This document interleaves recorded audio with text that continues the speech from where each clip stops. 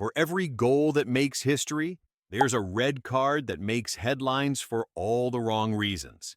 Like Zidane ending his career by planting one in Materazzi's chest on the biggest stage in sport, or Beckham's tiny kick at Simeone that somehow made a whole country lose its head. And then there's the Portugal-Netherlands bloodbath that barely resembled football at all. Oh, and there's so much more we will talk about. But let's start with Zidane's headbutt. You know how footballers talk about leaving it all on the pitch? Well, Zidane clearly took that to heart. Except instead of leaving behind sweat and effort, he left behind Marco Materazzi's dignity and a dent in his chest. This wasn't just any match. It was the World Cup final, the biggest stage in the sport, and Zidane's last ever professional game. He could have ridden off into the sunset with a trophy in one hand and a Ballon d'Or-worthy legacy in the other. Instead, he walked past the trophy, down the tunnel, after dropping the most famous headbutt in sporting history. Now, Materazzi wasn't exactly an innocent choir boy. Reports say he insulted Zidane's sister, and, well, Zidane responded with the kind of move you'd expect in a nightclub queue at 2 a.m., not in extra time of the World Cup. The ref didn't even see it live, the fourth official told him after watching the replay, which somehow made it even more awkward. Imagine the VAR screen back then. It probably buffered for 5 minutes before showing Zidane turning into a UFC fighter. France ended up losing on penalties, and Zidane's red card became one of those moments where you can't decide if it's tragedy, comedy, or just the most French way possible to end a football career. And speaking of red cards that lived rent-free in people's heads, David Beckham versus Argentina at the 1998 World Cup. Picture this. England was playing Argentina in the knockout stages. It was tense and heated, and you've got 23-year-old David Beckham, who was still basically a poster boy for British football, in the middle of it. Then Diego Simeone, who could wind up a monk, decides to leave a late tackle on Beckham. Beckham, instead of just taking it or waiting for revenge later in the game, flicks his leg out at Simeone while lying on the floor. I mean, the tiniest kick ever. But the ref saw it. Simeone sold it like he'd been hit by a truck, and Beckham was shown a straight red. England still managed to drag the game to penalties, but of course they lost. Because England and penalties are like oil and water. The worst part was when Beckham came home, it was like the country had decided to blame him personally for every bad thing that had happened in the last century. Newspapers crucified him, people burned effigies of him, and he was booed in stadiums for months, all over a petulant little kick. And if you think that was an overreaction, wait until you hear about the time FIFA basically let a match turn into WWE. Portugal versus the Netherlands at the 2006 World Cup. This one wasn't so much a football match as it was a full-contact, no-rules brawl that just happened to involve a ball. Portugal and the Netherlands met in the round of 16, and by the end of it, the referee had dished out 16 yellow cards and 4 red cards. I'm talking sliding tackles from behind, elbows to the face, players squaring up, and even substitutes getting involved.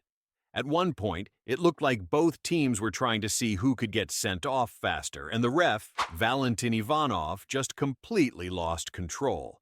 You could see it in his eyes. That, why did I take this job? Look, the game itself finished 1-0 to Portugal, but nobody really remembers the goal. What everyone remembers is the sheer chaos. FIFA president Sepp Blatter even publicly criticized the ref for being too strict, which is hilarious when you consider FIFA's usual stance on discipline. Argentina versus the Netherlands at the 2022 World Cup. Fast forward to Qatar, quarterfinals. Argentina and the Netherlands were already chippy before kickoff, and it just escalated from there. Lionel Messi, who is normally the calm one, was screaming at the ref. Dutch players were flying into tackles like they were auditioning for a rugby team. Then Wout Weghorst got subbed on and scored twice to take it to penalties, but not before both benches nearly scrapped in the tunnel. The ref, Antonio Mateo Lahoz, handed out 18 yellow cards, the most ever in a World Cup match, plus one red. That's basically a booking every 5 minutes. The tension was insane, and Argentina's players were celebrating in the Dutch team's faces after the shootout. Messi even told Weghorst, "What are you looking at, fool?" Live on TV. That's not the Messi you get in commercials with Pepsi cans and puppies. And yeah, it's not new. Chile and Italy had a World Cup grudge match way back in the 60s that made modern football look like a tea party. This one wasn't just violent for football. It was violent, period. The 1962 World Cup was in Chile, and tensions between Chile and Italy had been brewing thanks to some pre-match media trash talk. Italian journalists basically called Santiago a dump, and Chileans took it personally. By the time the teams met on the pitch, it was already a powder keg. Within minutes, punches were thrown. Chilean player Lionel Sanchez broke an Italian player's nose with a left hook. Another Italian was kicked in the head while on the ground. The ref had to stop the match multiple times for police to run on and break up fights. And get this, 2 Italians were sent off, but Sanchez, who punched and kicked multiple people, stayed on the pitch.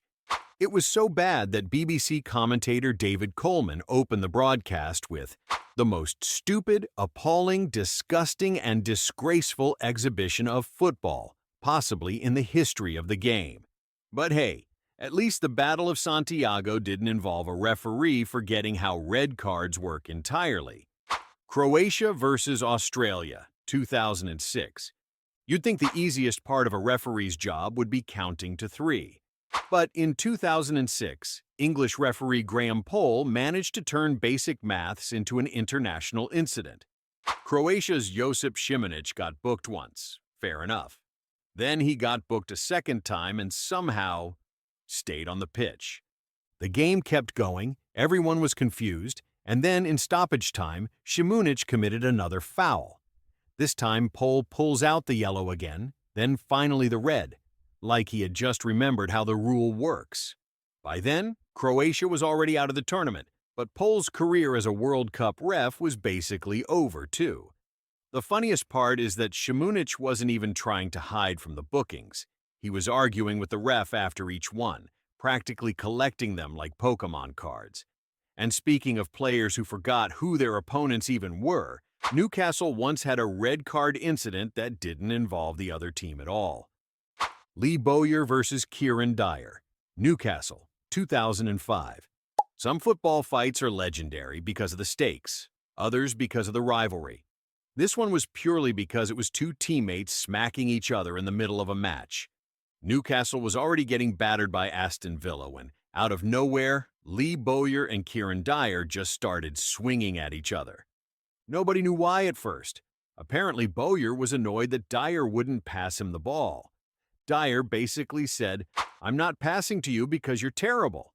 And next thing you know, fists were flying. The ref didn't even hesitate. He issued straight red cards for both, leaving Newcastle with 8 men. And if you think that was ridiculous, wait until you hear about Jamie Carragher getting sent off for playing fetch with the crowd.